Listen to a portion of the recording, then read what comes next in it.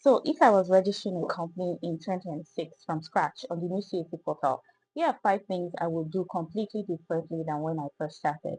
And honestly, one of these mistakes cost me like 3 weeks of delays and almost 50,000 naira in reapplication fees. So if you're about to register your business or you have tried before and then you got stuck, stay with me because by the end of this video, you'll know exactly what to do and what to avoid. Hi guys, if you're just seeing me for the very first time, my name is Joy and I'm a legal practitioner. I'm a chartered secretary and I'm also a mediator, and I specialize in corporate law, compliance, corporate governance, civil law and family law. And I've helped over 1,000 businesses navigate this portal. I've also personally helped to register multiple entities from start to finish. So let's just get right into the video. So the first thing I will do is decide on the right business structure from the very beginning. And with the new tax law that just came into effect, this decision is more important than ever.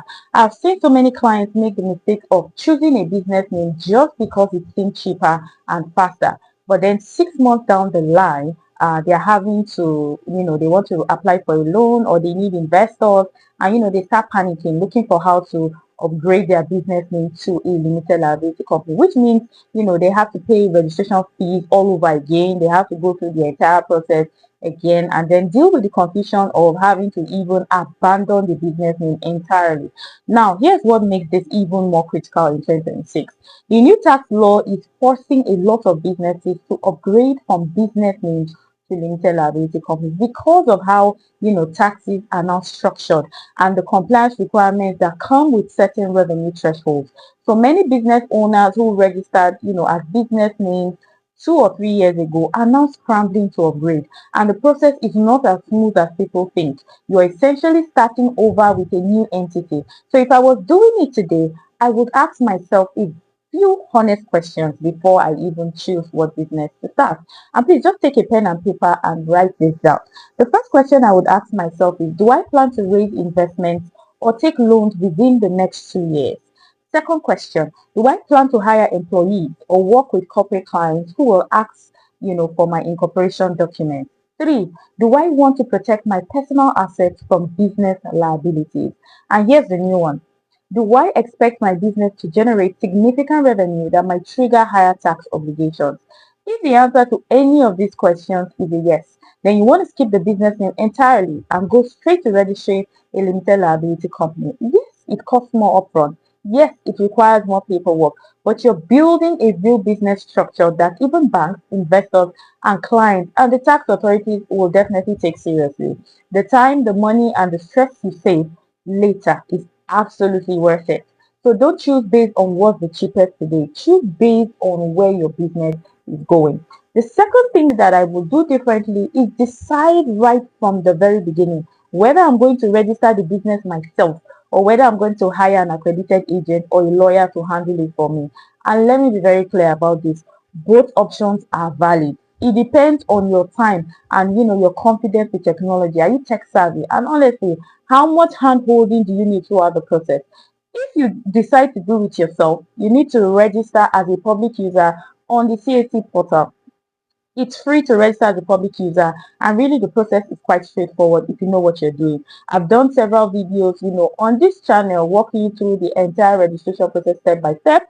So you want to go and watch the problem. On the other hand, if you hire an accredited agent or a lawyer, you're paying for expertise, you're paying for peace of mind. We know the portal inside and out, we know what documents to prepare, we know how to respond to queries from cases because we've done it over and over again. And if you're a busy person who wants the business registered correctly, without spending hours trying to figure out the system, the fee is definitely worth it. The cost varies, but you'll be looking from anywhere from 50,000 and above, depending on the complexity and depending again on who you hire. What I would not do, right, is to pay someone to do it for me and then have no idea how the business is structured. Even if you hire somebody, make sure you understand your own incorporation documents. You're the one running the business. You need to know what's in those papers.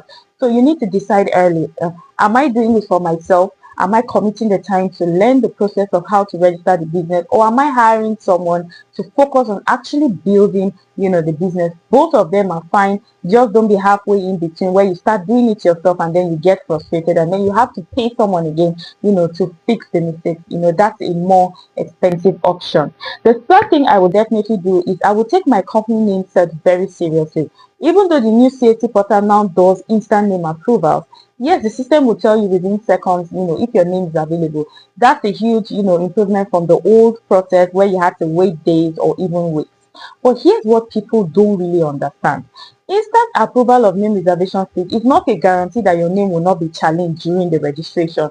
During the registration, they can still tell you that, this name is similar to another name. You would have, to substitute the name for another name. I've done it for a couple of companies recently. You would have to substitute, the name because it's similar to an existing company. And when that happens, you're automatically stuck. You either change the name or your application will just be in limbo. So even though the portal says that your name is available, I will still do my own deep research before I commit to finally choosing a name. I would use the same CAC, search feature on the portal, obviously, but I will just stop there. I will check Google. I also did a video, how to check if a company exists. You want to go also and watch that. Don't choose names that are generic or too similar or too popular. Instead, choose something that is unique. Let's say, for example, in my language, I want to say, Otupicho consulting services. That is my language. A lot of people will not be looking at it. So I say Ember Consulting. I would use something that, is unusual or less likely to have issues. Some people use the first letter of their words. Now, don't search, when you want to search for the business name, don't search it alone. Make sure you search it with limited or limited liability, because that is the full legal name that will be registered. Now, the first thing I will do also is where I see a lot of mistakes, and this place you have to be very careful and very strategic, with your business object. That general clause that people love to add, and of course I've added it a lot, that one that says to do the business of general contracts and general merchandise, that clause is a trap because it attracts Kumu registration. Because it attracts Kumu registration requirements, that means that you have to do extra compliance filings. It raises red flags with regulators who see it, and investors who are trying to do something with you, and they see that it's like you're trying to do everything. So if I was registering today, I would choose one specific object that clearly describes what my business actually does, and I will resist the temptation, to add other random objects just to keep, my options open. I see a lot of people register a salon, then they'll add restaurant, then they'll add general contract, then they'll add, buying and selling of goods. Why? You're not doing all of that in one day. And even if you plan to diversify later, you can always file to amend your objects when that time comes. But starting with, a scattered list of objects creates unnecessary complications. It confuses banks, that you're opening an account, because they don't exactly know what exactly is your business doing. What kind of business are you running? It confuses tax authorities who might go and categorize you in the wrong tax bracket. And worst of all, one of those objects will now trigger you to have to file SCOMO or another regulatory body. So you are now dealing with extra compliance costs, and deadlines that you didn't even know that you needed. So here's what I would do instead. I would write one clear, specific primary object. If I'm starting a consulting business, I would write, for instance, to provide business development, and management consulting services to small and medium enterprises in Nigeria. If I'm doing e-commerce, let's say, for example, I'll write to, let's say, engage in online retail sale of fashion, accessories, clothing, and beauty products. You notice that these are focused but still broad enough, to cover what I'm realistically doing. So you're not locked into one single activity, but you're also not claiming to do everything under the sun. So if you absolutely must add secondary objects, add no more than 2, and make sure they're directly related to your primary business. Let's say, for example, if your main business is consulting, your secondary object could be corporate training and content creation related to your consulting niche. That makes more sense. That's cohesive. But don't add consulting, then you add real estate, then you add agriculture, then you add importation into one registration. Pick one lane at least to start, then you can expand later. The fifth and the final thing, and this seems small, but I cannot tell you how many queries and delays I've seen because of this. Make sure that the name on your ID card of the proprietor or director is exactly the same as what you put into the portal. Not similar, not close.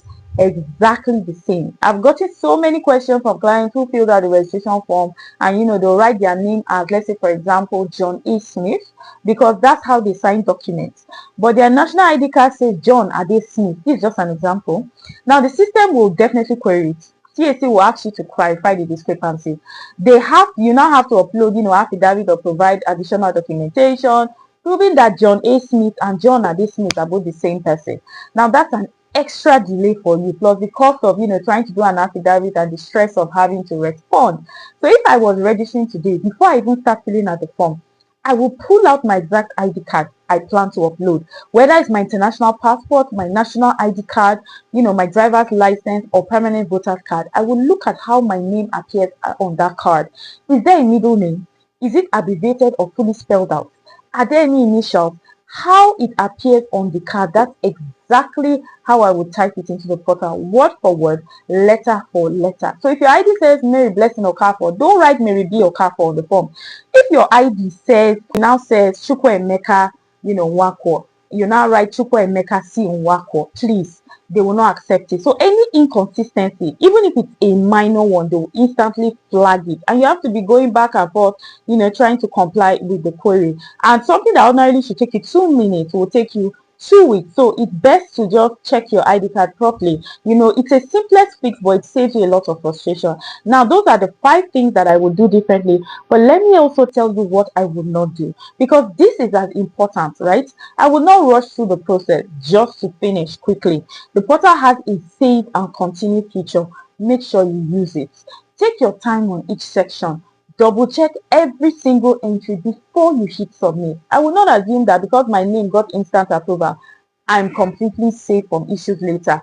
Still do your research. I will not add, random business objects just to cover all my bases. And then finally, I would not think that once I'm registered, I'm done with CAC forever. Registration is just the beginning, right? You have to file annual returns later. You have other compliance requirements. Let's say if anything changes with your directors or shareholders or your address or even your business activities, you need to update CAC immediately. This is an ongoing relationship. It is not a one-time transaction. So if you're about to register your business on the new CAC portal in 2026, remember these 5 things. First of all, decide on the right structure from the very first day, especially with the new tax law that's in place. Decide early if you're doing it yourself or you want to hire somebody to do it for you, and commit to that choice.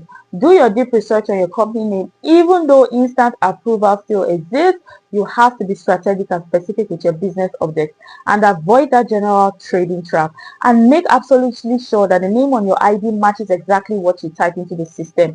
Do these 5 things and you avoid the mistake that has cost a lot of my clients and so many other time, money and unnecessary stress. So if you found this helpful, please don't forget to subscribe to this channel, because I share practical legal and compliance tips for Nigerian business owners every week. So if you have questions about any part of this registration process, make sure to drop them in the comments and I will respond immediately. And if you need help with your business registration or compliance, or you want to file annual tax returns, my email and WhatsApp only number is in the description of this video. Thank you guys for watching. Until I see you in my next video. Ciao.